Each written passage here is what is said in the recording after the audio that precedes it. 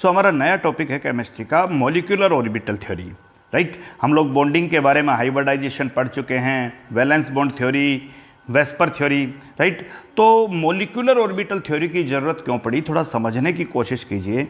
उससे पहले एक हल्का सा पॉइंट मैं आपको समझाता हूँ कि कोई भी एलिमेंट या कंपाउंड दो तरह का नेचर शो करता है। या तो उसके इलेक्ट्रॉन्स अनपेयर्ड होते हैं या फिर उसके सभी इलेक्ट्रॉन पेयर में होते हैं। अगर इलेक्ट्रॉन अनपेयर्ड हैं तो इसका मतलब है कि स्थिति कहीं भी होगी, कोई ऑर्बिटल, कम से कम एक ऑर्बिटल तो ऐसा मिलेगा ही मिलेगा जहां पर पेयरिंग ना हो। जैसे मान लीजिए इसके पास दो अनपेयर्ड हैं या अब ये वन अनपेयर्ड है, तो इन दोनों के केस में ये जो दोनों पेयर में हैं ये एक दूसरे के स्पिन को कैंसिल कर रहे हैं। अगले ऑर्बिटल में भी दो इलेक्ट्रॉन है, एक दूसरे के स्पिन को कैंसिल कर रहे हैं, लेकिन ये इलेक्ट्रॉन अपना एक स्पिन शो कर रहा है। तो ऐसे सब्सटेंस जिनके अंदर अनपेयर्ड इलेक्ट्रॉन होता है वो पैरामैग्नेटिक सब्सटेंस कहलाते हैं। पैरामैग्नेटिक, जिनके पास अनपेयर्ड इलेक्ट्रॉन हो, जहां भी अनपेयर्ड वही पैरामैग्नेटिक। राइट, अब मामला आता है जो पैरामैग्नेटिक सब्सटेंस होते हैं वो मैग्नेटिक फील्ड में किस तरह का बिहेवियर शो करते हैं, हम आगे बात करेंगे, अभी आवश्यकता नहीं है, आपको डिटेल में समझाया जाएगा। लेकिन अगर जो इलेक्ट्रॉन्स हैं वो पेयर्ड में हैं, यानी इस तरह की स्थिति अगर कहीं भी बन जाती है, 1 2 3 4 5 6 सभी पेयर में हो जाएं, तो एक दूसरे के स्पिन को कैंसिल आउट कर देते हैं और ऐसे सब्सटेंस हमारी केमिस्ट्री में डायामैग्नेटिक कहलाते हैं। राइट, अगर थोड़ा और डिटेल में जानना चाहो तो पैरामैग्नेटिक सब्सटेंस जो हैं वो आपके अट्रैक्टेड होते हैं मैग्नेटिक फील्ड में। अगर आप उनको, जिनके पास अनपेयर्ड इलेक्ट्रॉन है, अगर आप उनको मैग्नेटिक फील्ड में रखते हो, they are attracted by magnetic field. और डायामैग्नेटिक सब्सटेंस को अगर आप मैग्नेटिक फील्ड में रखते हो, they are repel by magnetic field. ये मैग्नेटिक फील्ड के द्वारा रिपेल होते हैं। मैग्नेटिक फील्ड अप्लाई कीजिए, नॉर्थ पोल साउथ पोल आप लोगों को पता है, जो मैग्नेटिक फील्ड में अट्रैक्ट हो वो पैरामैग्नेटिक होगा और सीधी सी बात है उसके पास अनपेयर्ड इलेक्ट्रॉन मौजूद होगा। तो मामला ये आता है भाई कि जब बहुत सारे कंपाउंड को स्टडी किया गया, मान लीजिए आपका कंपाउंड O2 है, सबको पता है ऑक्सीजन और ऑक्सीजन के बीच में डबल बॉन्ड है, ये आपका दो इलेक्ट्रॉन, ये आपका दो इलेक्ट्रॉन यहाँ मौजूद है, ये दो इलेक्ट्रॉन यहाँ है, ये दो इलेक्ट्रॉन है। इसके पास कोई भी इलेक्ट्रॉन आपको अनपेयर्ड नज़र नहीं आ रहा, नो अनपेयर्ड इलेक्ट्रॉन। क्यों नहीं आ रहा भाई नो अनपेयर्ड इलेक्ट्रॉन? ये देखिए 1s2 2s2 और 2p4, सो 2px 2py और 2pz ये हमने लिखा। क्लियर हो गया? सो स्टोरी किस तरह से बना है भाई, 1s2 2s2 और 4 इलेक्ट्रॉन है तो 2 1 और 1 ऐसे भरा था भाई। पहले सिंगली फिल्ड किया फिर पेयरिंग स्टार्ट कर दिया, ये स्टोरी था। तो 2p का जो कहानी था, अभी 2s तो फुल है ही, दूसरे ऑक्सीजन में भी यही स्टोरी है, 1s2 2s2 2px 2py और 2pz। अब 2pxyz को दिखाते कैसे थे, ये x दिखाया था, ये y दिखाया, यहाँ z दिखा देते हैं और ये y दिखा देते हैं, यानी ये x है, ये y है और ये z है। अब x के पास क्या है बोलिए, दो इलेक्ट्रॉन रिप्रेजेंट कर रहा है आपका, बोलो y।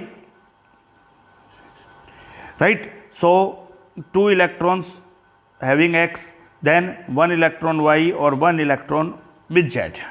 राइट, दूसरी तरफ यही ऑक्सीजन आपका क्या सीन करेगा भाई, फिर से दूसरा ऑक्सीजन है, ये z है, ये ऊपर x है और ये y है, तो 2 इलेक्ट्रॉन तो यहाँ हो गया और 1 इलेक्ट्रॉन यहाँ हो गया और 1 इलेक्ट्रॉन यहाँ हो गया। अब आप सबको पता है p और p बॉन्ड बना लेंगे, पेयर हो जाएगा। ये p और p साइड वाइज ओवरलैप करेंगे, पेयर हो जाएगा। यानी इस केस के अंदर जब दो ऑक्सीजन एक दूसरे के कॉन्टैक्ट में आते हैं तो कोई अनपेयर्ड इलेक्ट्रॉन नहीं है, और कोई भी अनपेयर्ड इलेक्ट्रॉन नहीं है, तो सीधा सा मतलब है ये आपका क्या है, डायामैग्नेटिक है। राइट, और आमतौर पे हमें ऐसा लगता भी है कि जिसके पास इवन नंबर में इलेक्ट्रॉन हैं, राइट, जहां इवन नंबर में इलेक्ट्रॉन हैं, वो दो एटम एक दूसरे के साथ जैसे ही जुड़ेंगे वो अपने इलेक्ट्रॉन को पेयर कर लेंगे और क्या बन जाएंगे, वो डायामैग्नेटिक बन जाएंगे, डायामैग्नेटिक।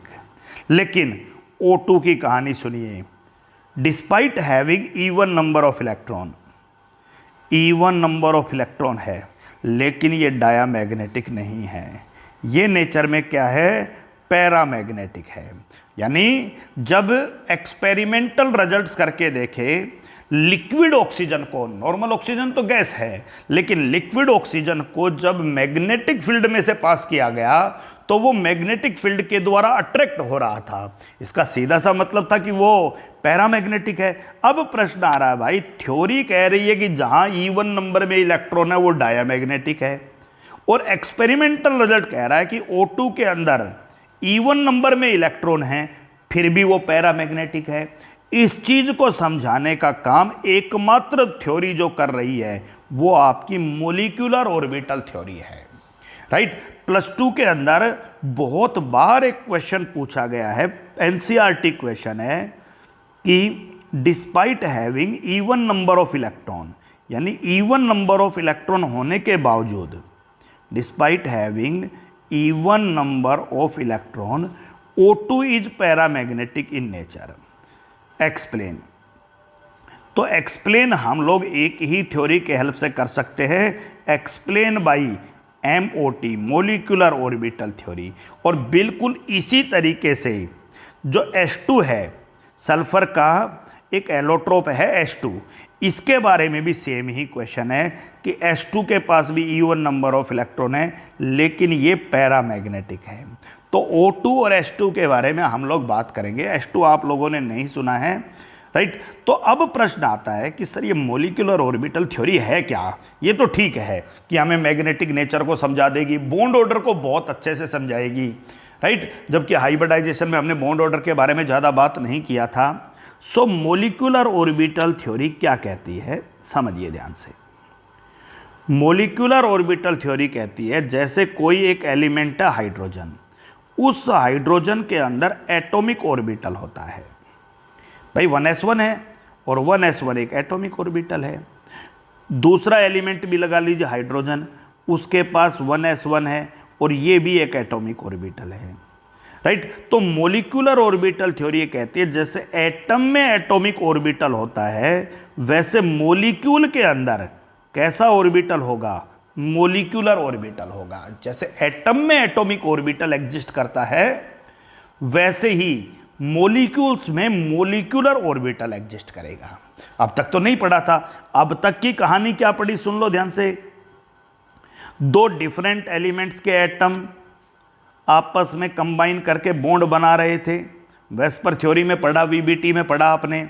दूसरा, एक ही एलिमेंट के एटॉमिक ऑर्बिटल ओवरलैप करके हाइब्रिड ऑर्बिटल बना रहे थे, आपने हाइब्रिडाइजेशन में पढ़ा।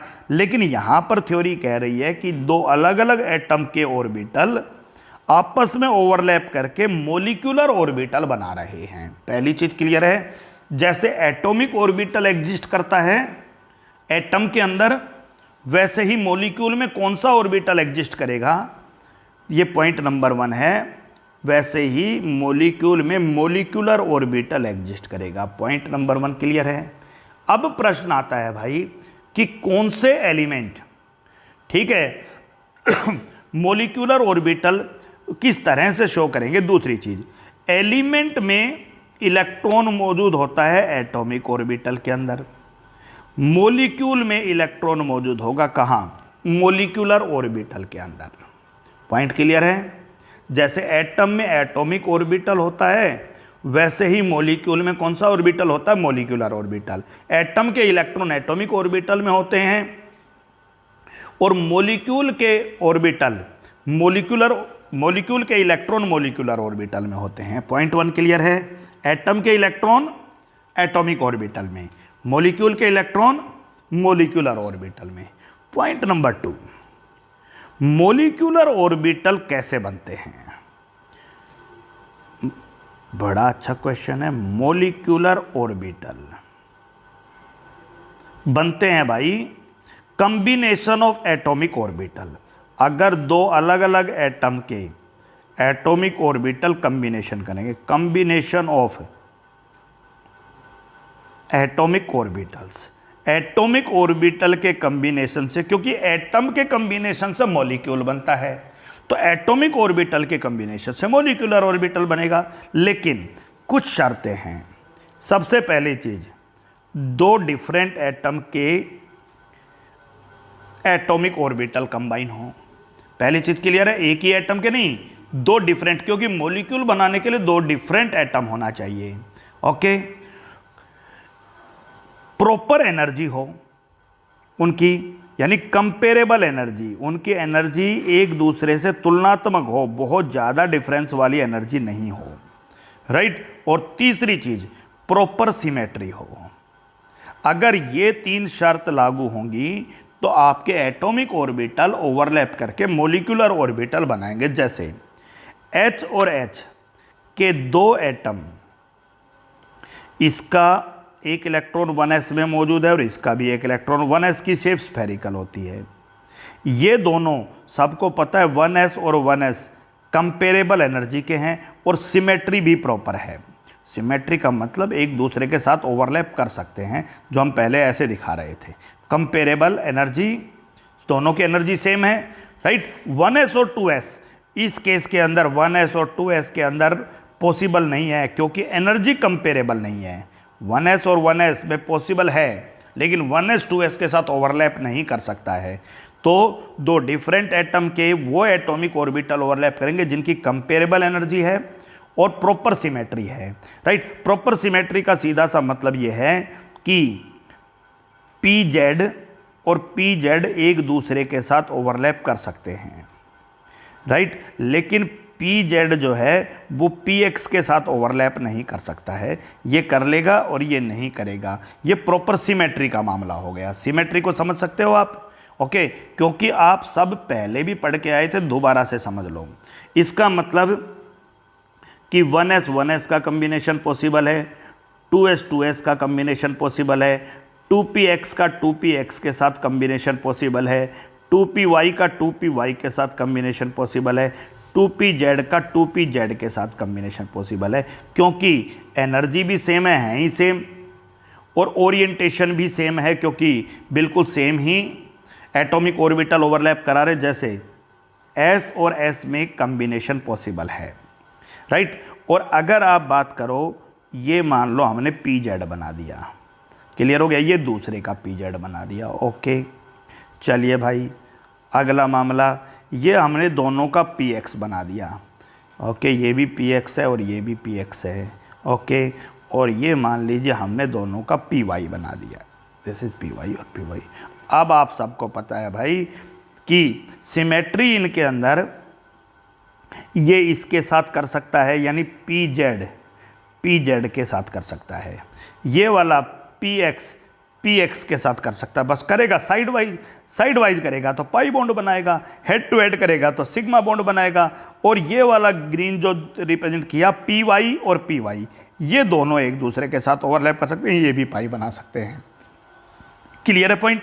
दूसरी तरफ यानी प्रॉपर ओरिएंटेशन होना चाहिए, तभी ओवरलैप करेंगे। और इस ज्योमेट्री में एक बात बहुत इंपॉर्टेंट है, if z is inter nuclear axis. आप लोगों को बताया था, अगर z इंटर न्यूक्लियर एक्सिस है तभी आप pz को हॉरिजॉन्टल के प्लेन के पैरेलल दिखाओगे। आप लोग pz आपने यहाँ दिखाया है, ये तभी दिखाओगे जब आपका z इंटर न्यूक्लियर एक्सिस है। समझ लो, z इंटर न्यूक्लियर एक्सिस का मतलब है कि pz और pz के बीच में सिग्मा pz बनेगा, हेड टू हेड, और आपका px और px के बीच में आपका पाई py बनेगा, साइड वाइज ओवरलैपिंग, px और px के बीच में, py और py के बीच में, px और px के बीच में पाई px, और py और py के बीच में पाई py बनेगा। दोबारा रिपीट कर देता हूँ।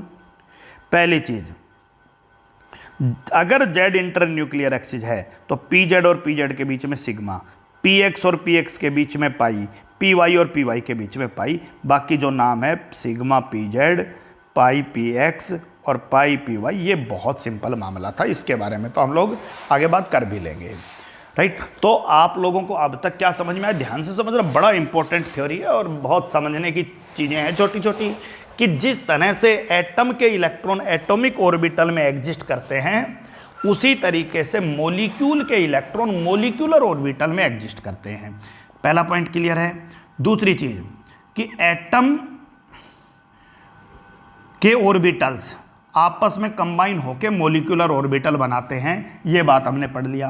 अब कौन से एटम के कंबाइन होंगे, ये भी एक इम्पोर्टेंट। ओके, सो 2 पॉइंट को अच्छे से कवर कर चुके हैं और अब हम तीसरा पॉइंट ये कहता है कि जैसे एटम का electron of atom atomic orbital के इन्फ्लुएंस में होता है और एक न्यूक्लियस होता है, right, in influence of one nucleus, क्योंकि एक एटम के अंदर तो एक ही न्यूक्लियस होता है। एटम का इलेक्ट्रॉन एक न्यूक्लियस के इन्फ्लुएंस में होता है। इस तरह से मॉलिक्यूल का जो इलेक्ट्रॉन है, right, electron of molecule is influence of 2 और मोर न्यूक्लियाई, राइट, वो आपके किसके इन्फ्लुएंस में होंगे, 2 या 2 से ज़्यादा न्यूक्लियाई के इन्फ्लुएंस में होंगे। अब जितने न्यूक्लियस से मिलके आपका मॉलिक्यूल बना है 2 और मोर न्यूक्लियाई, इसका मतलब हाइड्रोजन एटम का इलेक्ट्रॉन एक ही न्यूक्लियस में, सबको पता है ये न्यूक्लियस है और ये आपका आउटर सेल में मौजूद इलेक्ट्रॉन है, एक ही न्यूक्लियस के इन्फ्लुएंस में इलेक्ट्रॉन। लेकिन H2 मॉलिक्यूल का जो इलेक्ट्रॉन है वो 2 न्यूक्लियस के इन्फ्लुएंस में होगा। इसके बारे में भी बात करेंगे। इसका मतलब ये हुआ कि जो एटॉमिक ऑर्बिटल है वो आपका मोनोसेंट्रिक है, यानी उसके अंदर एक ही सेंटर होता है, जबकि जो मॉलिक्यूलर ऑर्बिटल है, अभी मैंने उसका कोई शेप नहीं बनाया क्योंकि वो तो सीखना है आपको, वो आपका पॉलीसेंट्रिक होगा, यानी उसमें एक से ज़्यादा सेंटर होगा। पॉइंट क्लियर है यहाँ तक कि एटॉमिक ऑर्बिटल मोनोसेंट्रिक और मॉलिक्यूलर ऑर्बिटल पॉलीसेंट्रिक। फिर से मैं रिपीट कर देता हूँ, अब तक क्या पढ़ा हम लोगों ने। डिस्कशन किया कि जैसे एटम के इलेक्ट्रॉन एटॉमिक ऑर्बिटल में होते हैं, वैसे ही मॉलिक्यूल के इलेक्ट्रॉन मॉलिक्यूलर ऑर्बिटल में एग्जिस्ट करते हैं, राइट। एटम में एटॉमिक ऑर्बिटल होता है, मॉलिक्यूल में मॉलिक्यूलर ऑर्बिटल। दूसरा हमने बात किया कि प्रॉपर सिमेट्री, प्रॉपर एनर्जी के एटॉमिक ऑर्बिटल ओवरलैप करके मॉलिक्यूलर ऑर्बिटल बनाते हैं।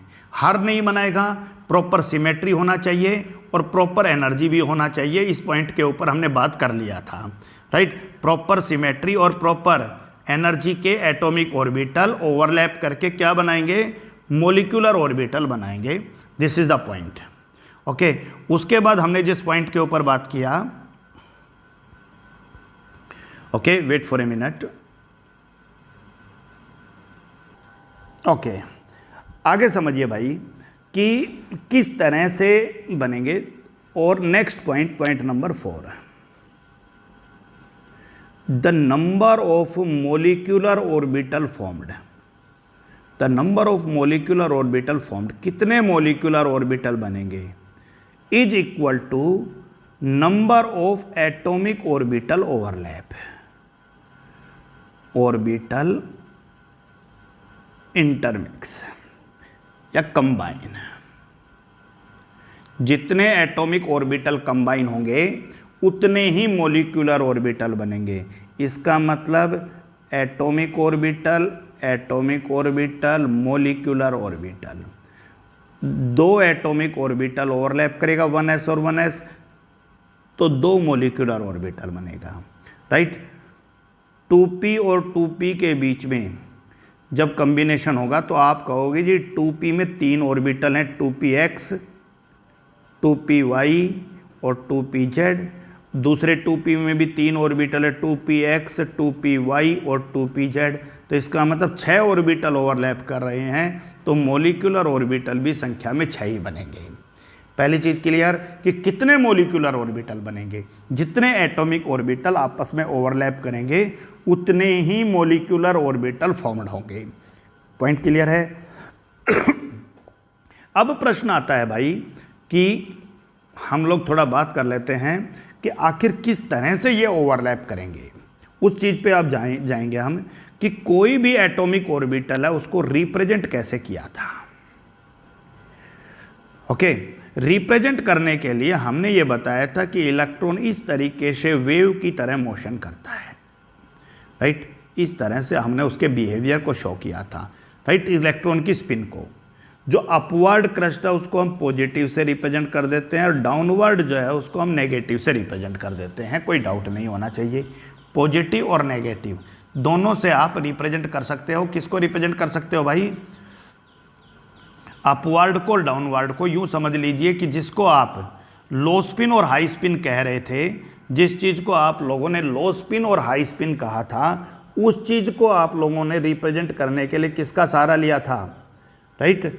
आपने ये कहा था भाई कि स्पिन ऑफ इलेक्ट्रॉन, इलेक्ट्रॉन किसी एक समय पर क्लॉकवाइज और दूसरे ही समय वो एंटी क्लॉकवाइज है।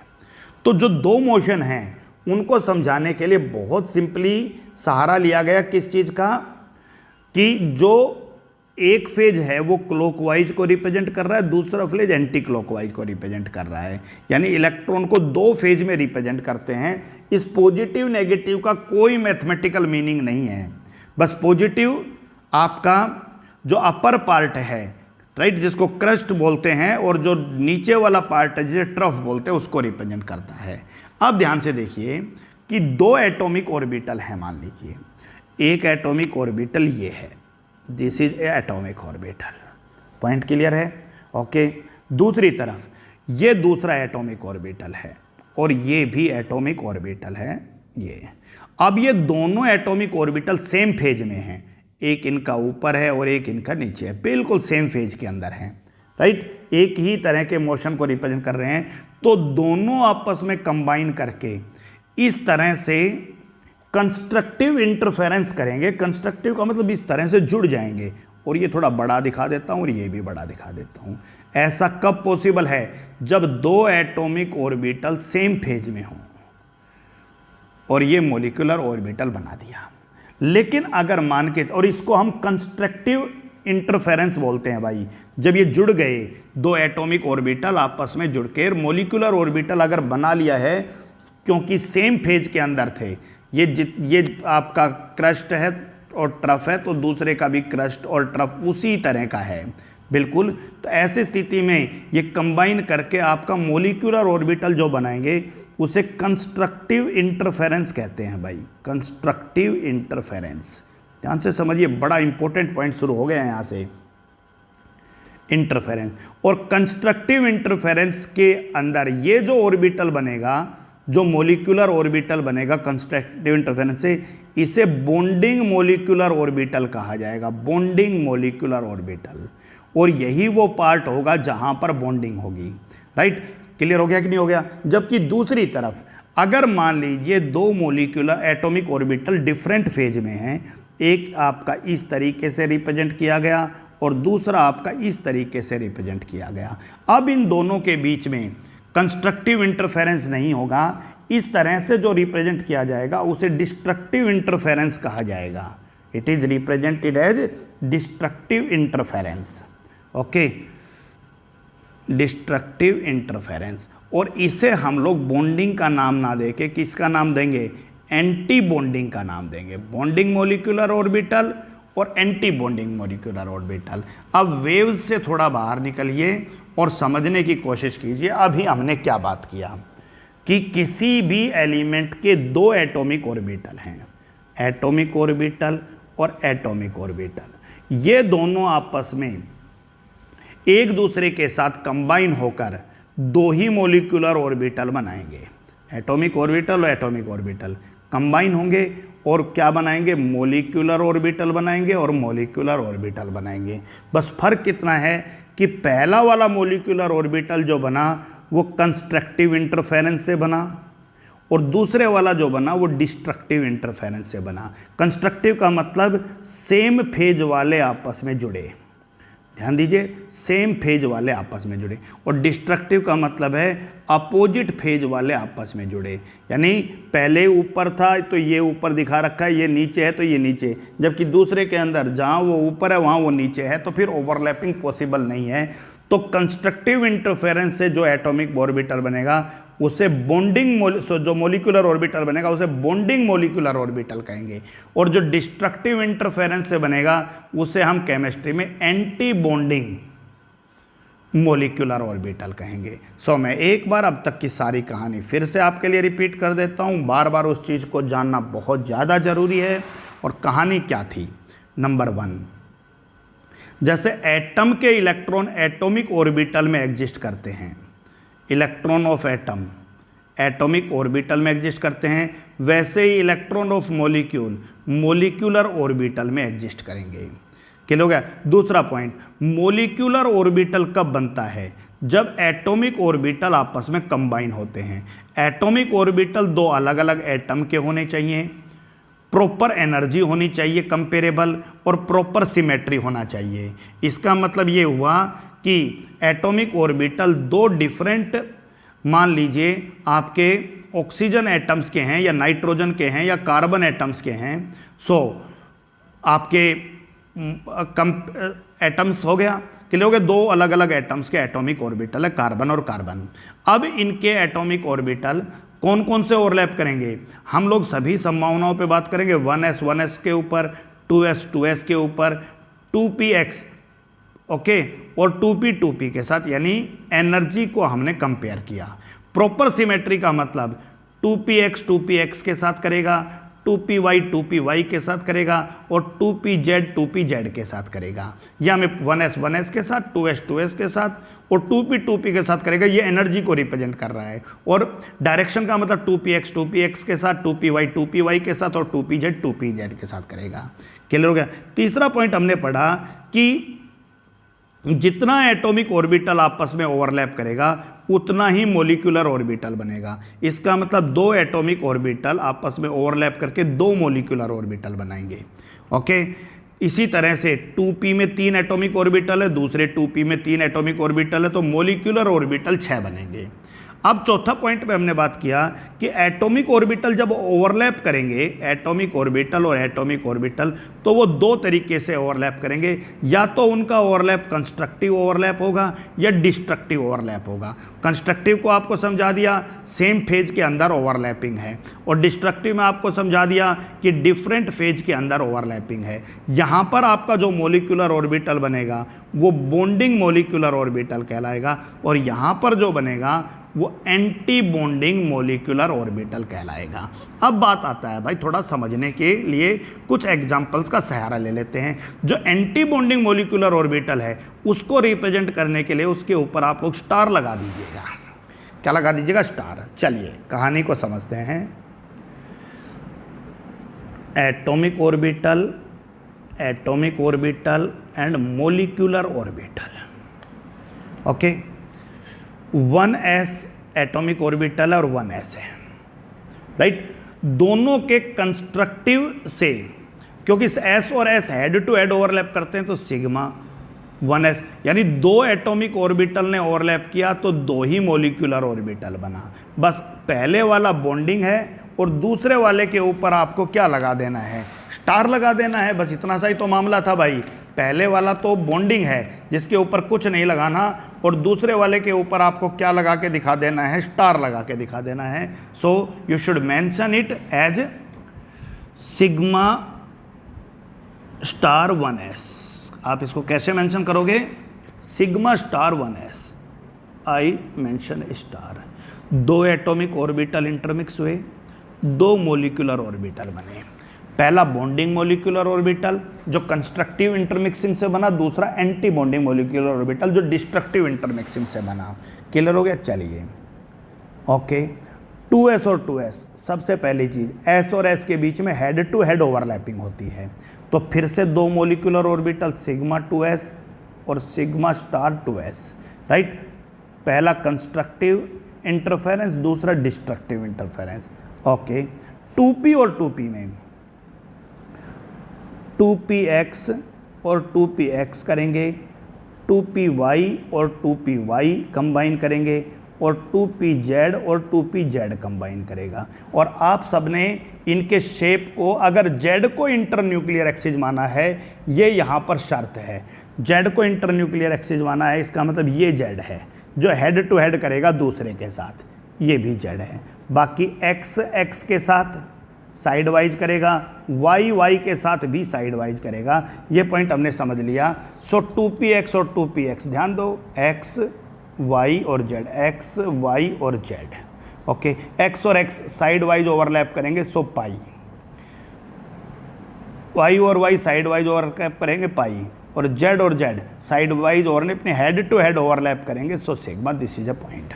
अब मामला आता है 2px और 2px के दो एटॉमिक ऑर्बिटल हैं, तो मोलिकुलर ऑर्बिटल भी दो ही बनने चाहिए, एक कंस्ट्रक्टिव है, डिस्ट्रक्टिव। तो पहला पाई 2px और दूसरा पाई स्टार 2px।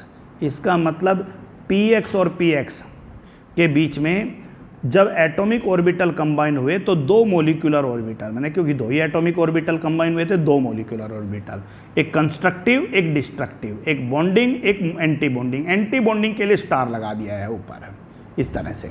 बिल्कुल वही चीज़ 2py और 2py जैसे ही कंबाइन होंगे, सो पाई 2py और पाई स्टार 2py।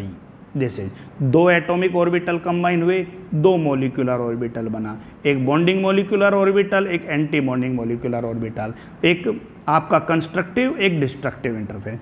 2pz और 2pz सबको पता है, pz और pz हेड टू हेड करते हैं, तो सिग्मा 2pz और सिग्मा स्टार 2pz। इसका मतलब दो एटॉमिक ऑर्बिटल ओवरलैप हुए, दो मोलिकुलर ऑर्बिटल बना। पहला वाला bonding molecular orbital constructive interference, दूसरे वाला डिस्ट्रक्टिव इंटरफेरेंस। कंस्ट्रक्टिव का मतलब सेम फेज में, डिस्ट्रक्टिव का मतलब डिफरेंट फेज के अंदर। तो पहला पॉइंट आप लोगों के लिए क्लियर हो चुका है, ओके, कि किस तरीके से हम लोग किसी भी एटॉमिक ऑर्बिटल के इंटरमिक्स करके, कंबाइन करके, दो एटॉमिक ऑर्बिटल को कंबाइन करके कैसे मोलिकुलर ऑर्बिटल को रिप्रेजेंट करेंगे, ओके। अब थोड़ा सा हम बॉन्डिंग और एंटी बॉन्डिंग को और समझते हैं कि आखिर बॉन्डिंग और एंटी बॉन्डिंग किस तरीके से हो रहा है। Bonding and anti bonding, bonding and anti bonding, this is an important point, okay. मान के चलिए कि ये आपका S का एक न्यूक्लियस है, क्लियर हो गया। So it is a nucleus, और S में तो सबको पता है एक ही ओरिएंटेशन है, तो केवल पॉजिटिव से रिप्रेजेंट किया जाएगा। और ये जो दूसरा है ये भी S का न्यूक्लियस है, और इसको भी आप पॉजिटिव से रिप्रेजेंट करोगे, ओके। न्यूक्लियस डॉट से रिप्रेजेंट किया है, और पॉजिटिव का मतलब क्या है आप समझिए ध्यान से। पॉजिटिव का मतलब इसका फेज है, पॉजिटिव और नेगेटिव यहाँ फेज है। अब आप सब समझिए 1s और 1s दो एटॉमिक ऑर्बिटल हैं, ये भी एटॉमिक ऑर्बिटल है, ये भी एटॉमिक ऑर्बिटल है। ये दो तरह के कॉम्बिनेशन से आपस में इंटरमिक्स करेगा। पहली चीज़ आपका सेम फेज के अंदर, और दूसरी चीज़ डिफरेंट फेज के अंदर। जब सेम फेज के अंदर करेगा, ये मान के चलिए कि आप यूँ दिखा दीजिए, ये 1s और 1s दो सेम फेज के हैं, क्योंकि आप सबको पता है यहाँ तो सेम ही फेज हो रहा है, ठीक है भाई।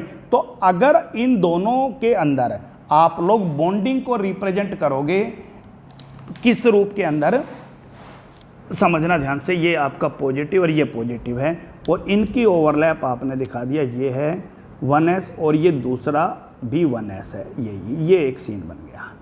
1s और 1s सेम फेज के अंदर ओवरलैप कर रहे हैं, तो इनको आप केमिस्ट्री के अंदर ये कहोगे कि यहाँ पर जो ओवरलैप हो रही है उसे एडिशन ओवरलैपिंग कहोगे भाई।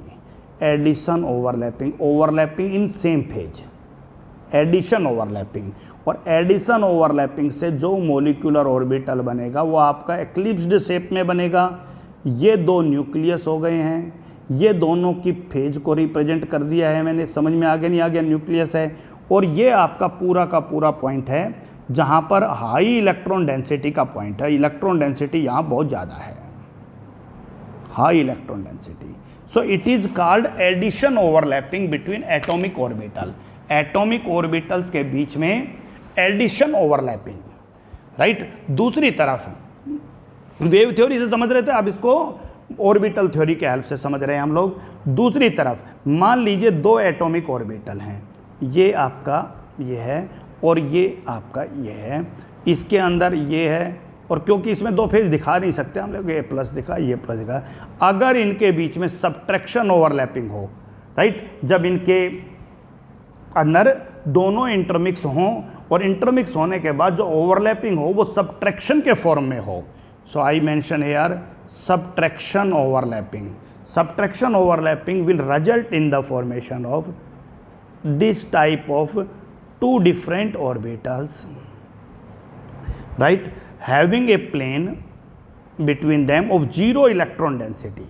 Having a plane of zero electron density, node जिसको बोलते हैं, जबकि वहाँ हाई इलेक्ट्रॉन डेंसिटी का स्पेस था, जबकि यहाँ पर जीरो इलेक्ट्रॉन डेंसिटी का स्पेस है जिसको नोड कह रहा हूँ मैं, राइट. और एक को पॉजिटिव और दूसरे का देखिए फेज अपने आप ही घटते ही नेगेटिव हो जाएगा, और ये दोनों का न्यूक्लियस है. बस फर्क कितना है कि जो एडिशन ओवरलैपिंग से बना है उसको आप बॉन्डिंग मोलिकुलर ऑर्बिटल कहोगे, और जो सब्ट्रैक्शन ओवरलैपिंग से बना है उसको एंटी बॉन्डिंग मोलिकुलर ऑर्बिटल. यानी पहला वाला जो कॉन्सेप्ट था वो आपका वेव्स के हेल्प से समझा दिया था और ये आपके ऑर्बिटल्स के हेल्प से समझा दिया. तो अब इस कहानी को हम दूसरे शब्दों में कह देते हैं कि जहाँ भी एटॉमिक ऑर्बिटल और एटॉमिक ऑर्बिटल जहाँ भी एडिशन ओवरलैप करेंगे, भाई एटॉमिक ऑर्बिटल और एटॉमिक ऑर्बिटल या तो एडिशन ओवरलैप करेंगे, कंबाइन होंगे एडिशन के फॉर्म में, या फिर सबट्रैक्शन ओवरलैप करेंगे, सबट्रैक्शन कंबाइन होंगे. एडिशन कंबाइन होते ही वो आपके क्या बनाएंगे, बॉन्डिंग मोलिकुलर ऑर्बिटल बनाएंगे, और सबट्रैक्शन कंबाइन होते ही वो क्या बनाएंगे, एंटी बॉन्डिंग मोलिकुलर ऑर्बिटल बनाएंगे. पॉइंट क्लियर है. इसका मतलब दो एटॉमिक ऑर्बिटल कंबाइन होंगे तो दो ही तरह के मोलिकुलर ऑर्बिटल बनेंगे. तो इसको हम फिर से लिख लेते हैं. If Z is inter nuclear axis. अब आप कंस्ट्रक्टिव डिस्ट्रक्टिव को छोड़ के एडिशन और सबट्रैक्शन पे फोकस कीजिए. एटॉमिक ऑर्बिटल एक एटम का, एटॉमिक ऑर्बिटल दूसरे एटम का, और molecular orbital.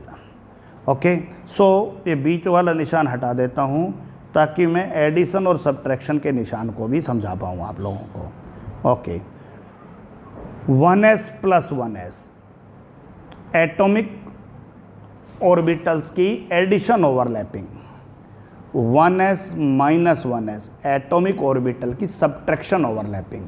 Okay, 2s plus 2s atomic orbital की addition overlapping, 2s minus 2s right atomic orbital की सबट्रैक्शन ओवरलैपिंग.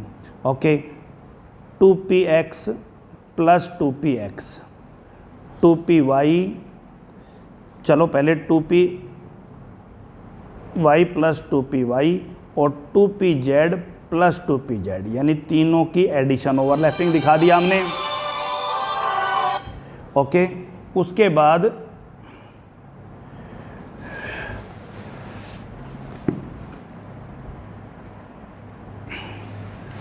हाँ जी सर 15 मिनट में पहुंच जाओ. 2px minus 2px, 2py minus 2py, 2pz minus 2pz. This is your point.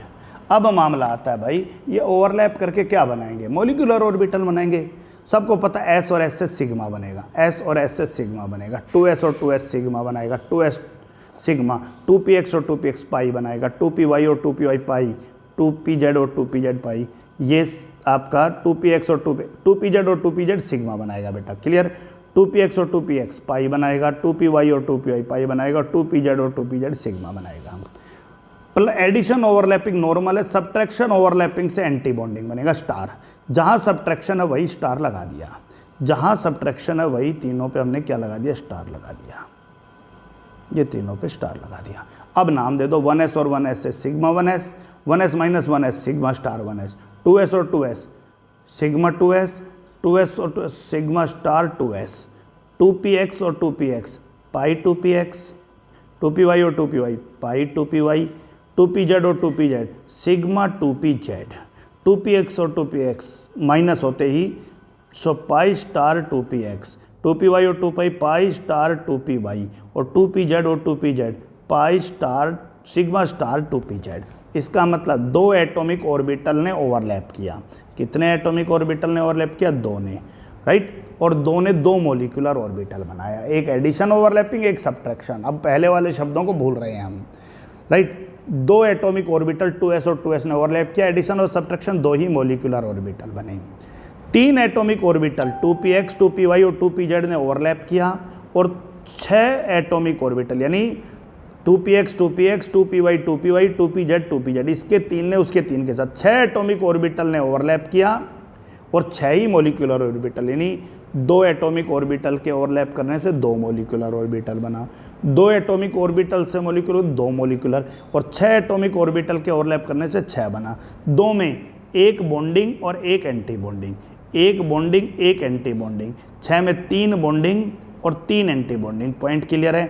और उसके बाद किसका किसके साथ ओवरलैपिंग है, ये पॉइंट आप लोगों को लिए क्लियर होना चाहिए। यहाँ तक का मामला क्लियर है भाई। फिर से एक बार हल्का सा रिपीट कर लेते हैं पूरी कहानी को कि अब तक क्या पढ़ा और कहाँ पर हम लोग बात करेंगे कि एटॉमिक ऑर्बिटल आखिर किस तरीके से एक दूसरे के साथ ओवरलैप करते हैं। पॉइंट नंबर 1, एटम का इलेक्ट्रॉन एटॉमिक ऑर्बिटल में, जबकि मॉलिक्यूल का ऑर्बिटल इलेक्ट्रॉन मॉलिक्यूलर ऑर्बिटल में।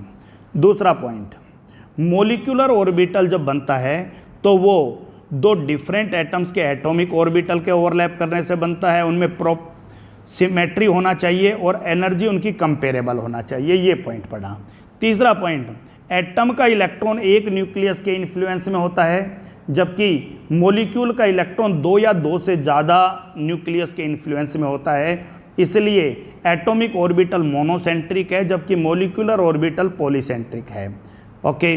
चौथा क्वेश्चन कि नंबर ऑफ मॉलिक्यूलर ऑर्बिटल जो बनते हैं वो एटॉमिक ऑर्बिटल के बराबर ही होते हैं। क्या हो गया, जब 2 एटॉमिक ऑर्बिटल कंबाइन होंगे तो 2 ही मॉलिक्यूलर ऑर्बिटल बनेंगे, जिसमें एडिशन ओवरलैपिंग से बनने वाला आपका बॉन्डिंग मॉलिक्यूलर ऑर्बिटल कहलाएगा, और सब्ट्रैक्शन ओवरलैपिंग से बनने वाला एंटी बॉन्डिंग मॉलिक्यूलर ऑर्बिटल कहलाएगा। पॉइंट नंबर 4, एडिशन से बॉन्डिंग और सब्ट्रैक्शन से आपका जो बनेगा वो एंटी बॉन्डिंग। अब नेक्स्ट और last important point, that is bonding orbital, bonding molecular orbital जो होते हैं, जहाँ बॉन्डिंग हो गया, वो सबको पता है बॉन्डिंग हो गया इसका मतलब वो स्टेबल है, और स्टेबल है इसका मतलब है कि वो लो एनर्जी का है, वो कम एनर्जी का है, वो ज़्यादा स्टेबल है।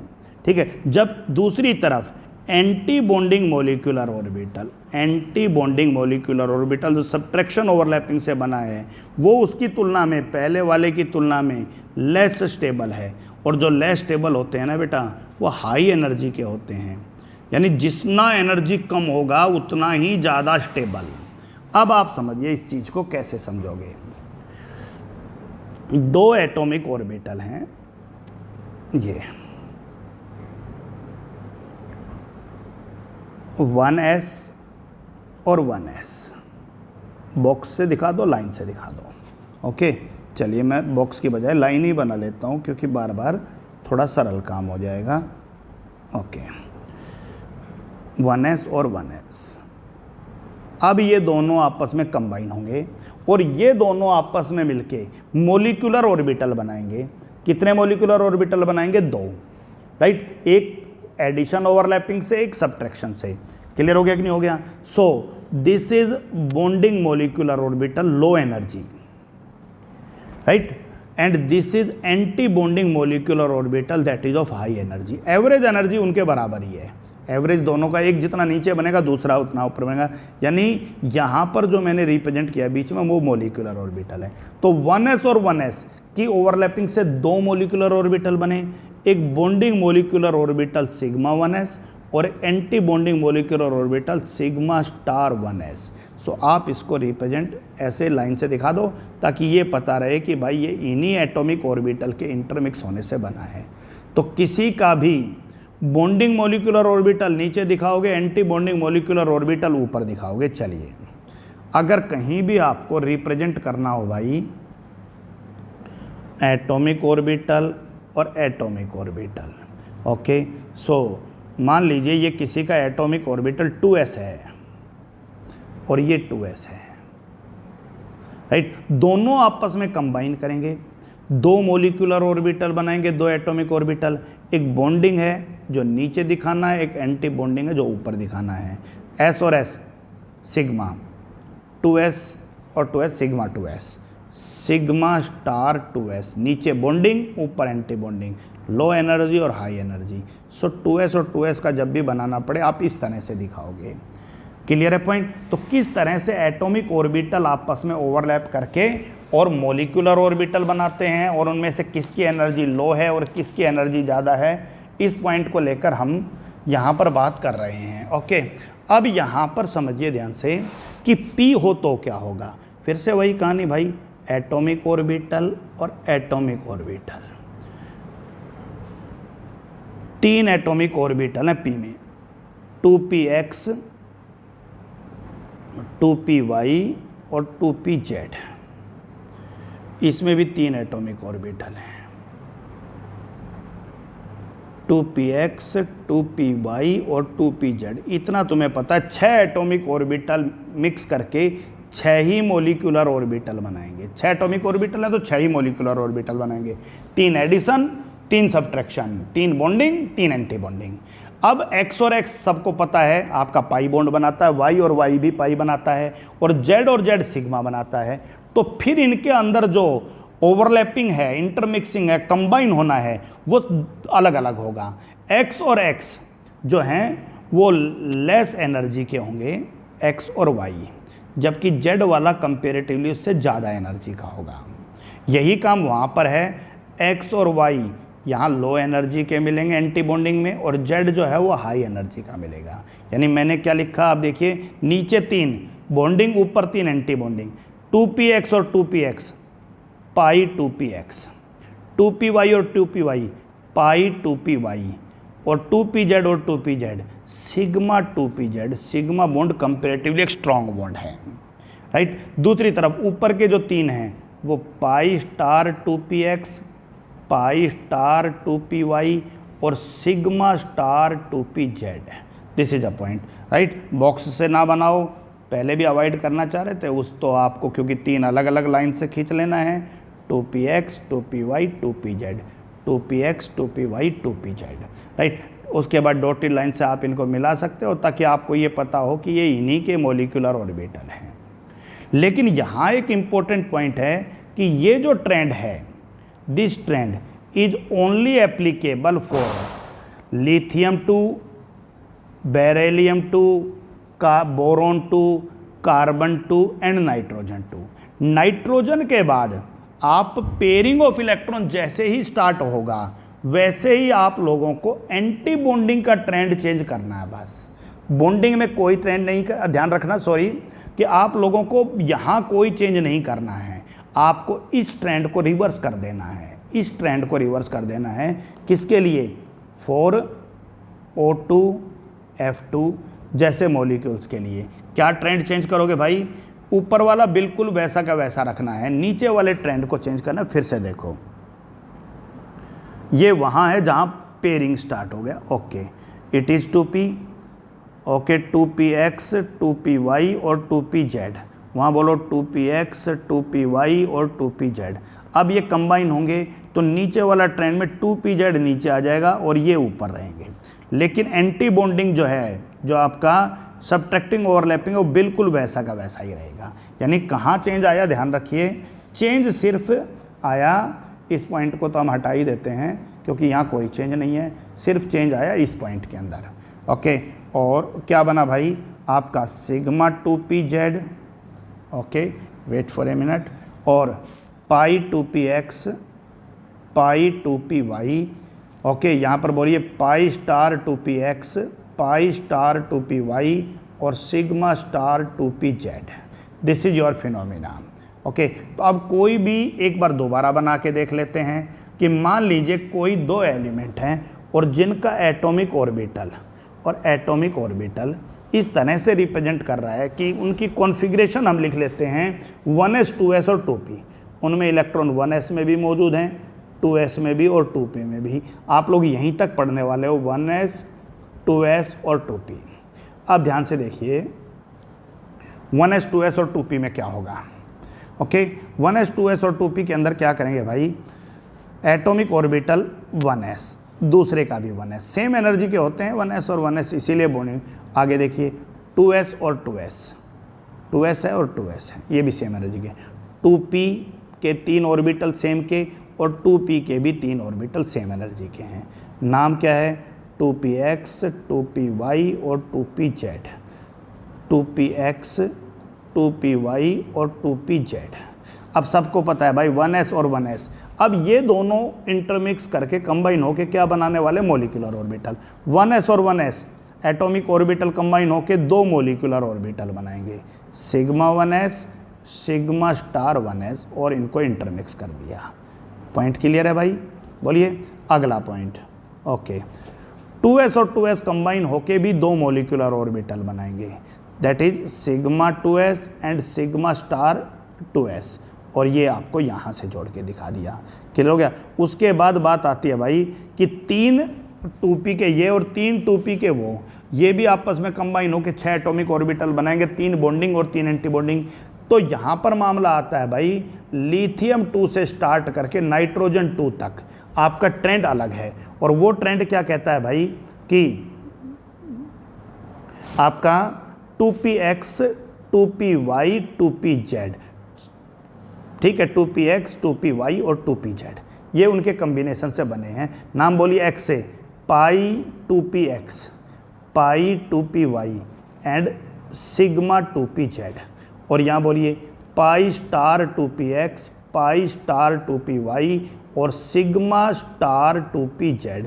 कंबाइन कर दीजिए, इससे जोड़ के दिखा दीजिए ताकि आपको पता रहे कि ये इन्हीं के ऑर्बिटल्स हैं, और ये एनर्जी के बढ़ते हुए इंक्रीजिंग ऑर्डर में हैं। जिसकी एनर्जी लो है उसको नीचे लिखा है और हाई एनर्जी वाले को ऊपर लिखा है, ध्यान रखिएगा। और दूसरा इंपॉर्टेंट पॉइंट जो आपको ध्यान रखना है कि O2 के लिए आपको ये ट्रेंड चेंज कर देना है बस।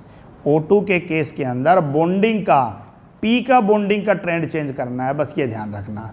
क्लियर हो गया कि नहीं हो गया? बाकी सबके अंदर तो सेम ही ट्रेंड है, बस इतना ही पॉइंट ध्यान रखना था। जैसे ही O के अंदर पेयरिंग शुरू होगा वैसे ही ये ट्रेंड चेंज हो जाएगा। तो लिथियम से लेकर, लिथियम 2 से लेकर N2 तक यही ट्रेंड फॉलो करेंगे, लेकिन जैसे ही आपको ट्रेंड किसकी तरफ लेके जाना है बेटा?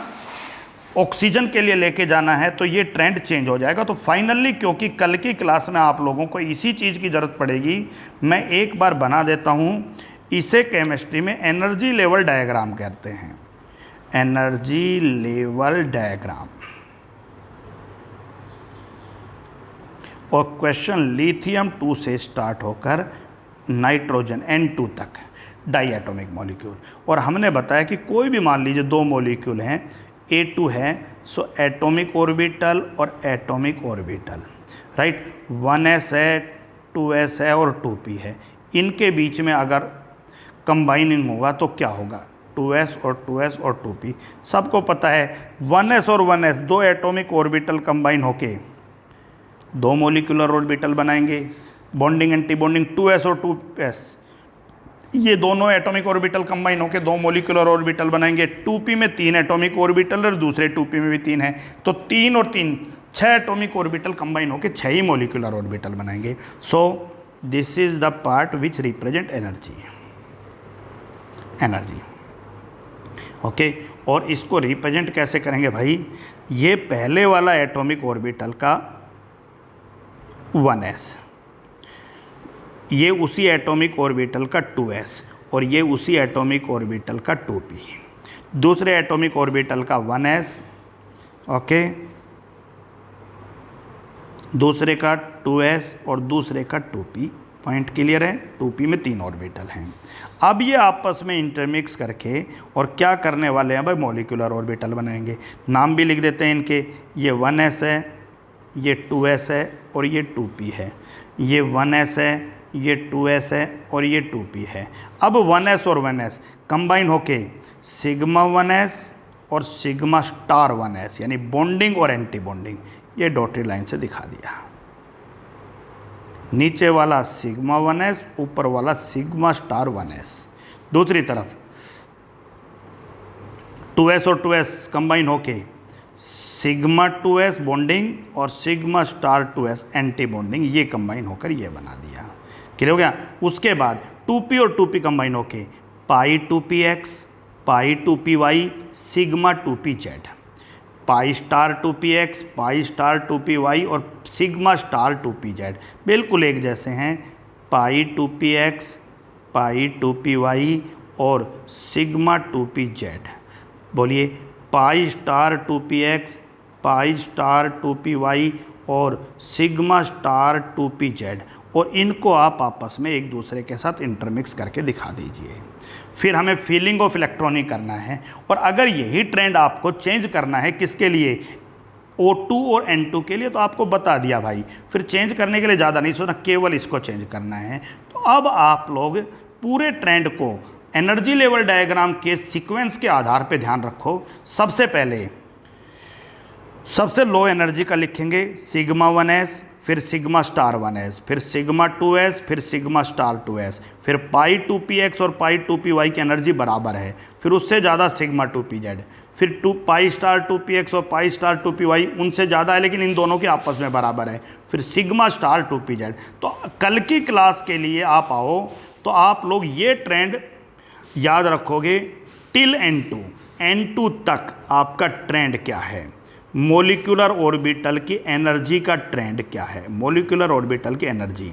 बोलिए sigma 1s, sigma star 1s, sigma 2s, sigma star 2s, pi 2px is equal to pi 2py, energy में बराबर थे वरना सब बढ़ते हुए, फिर उसके बाद सिग्मा 2pz, बाकी सब बढ़ते हुए ऑर्डर में लिख रहे हैं, इंक्रीजिंग ऑर्डर में।